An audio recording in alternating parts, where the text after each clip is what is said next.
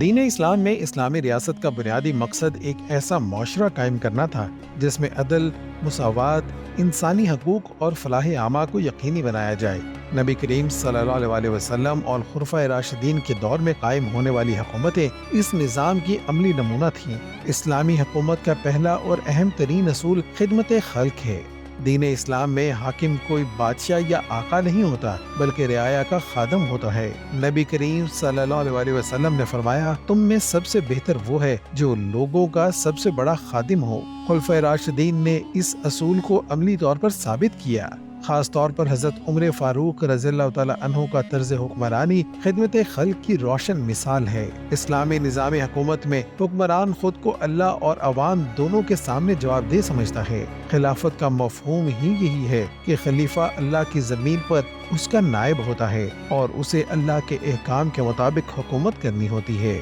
حضرت ابوبکر صدیق رضی اللہ تعالیٰ عنہ نے خلافت سنبھالتے وقت فرمایا تھا کہ اگر میں اللہ اور اس کے رسول کے راستے پر چلوں تو میری اطاعت کرو ورنہ مجھے روک دو۔ اسی طرح اسلامی معاشرے میں جواب دہی صرف حکمرانوں تک محدود نہیں بلکہ ہر فرد اپنے دائرہ اختیار میں جواب دہ ہوتا ہے۔ اسلامی حکمران پر لازم ہے کہ وہ بیت المال، وسائل اور اختیارات کا استعمال دیانتداری اور شفافیت سے کرے۔ اگر کوئی سوال کرے تو حکمران کو جواب دینا ہوگا۔ حضرت عمر رضی اللہ تعالیٰ عنہ کے لباس کے اضافی کپڑے پر سوال کیا گیا تو اس کی وضاحت ان کے بیٹے نے دی اور لوگوں کو مطمئن کیا۔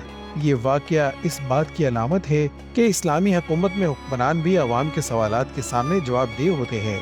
اسلامی حکومت عدل و انصاف کے بغیر مکمل نہیں ہو سکتی۔ قرآن پاک میں اللہ تعالیٰ فرماتے ہیں، بے شک اللہ تمہیں عدل اور احسان کا حکم دیتا ہے۔ اسلام میں امیر و غریب، بادشاہ و فقیر سب قانون کے برابر ہیں۔ اسلامی حکومت صرف مسلمانوں کے لیے نہیں بلکہ غیر مسلموں کے لیے بھی امن، عدل اور مساوات کی ضامن ہوتی ہے۔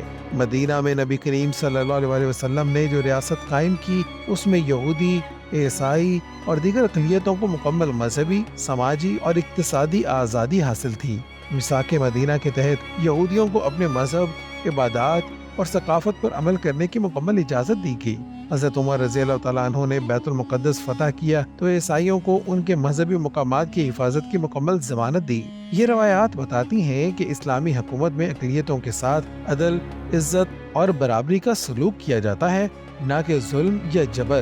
اسلامی حکومت محض طاقت یا اقتدار کا نام نہیں بلکہ یہ ایک ایسی امانت ہے جسے عدل، دیانت، شفافیت، خدمت خلق اور انسان دوستی کی بنیاد پر چلایا جاتا ہے۔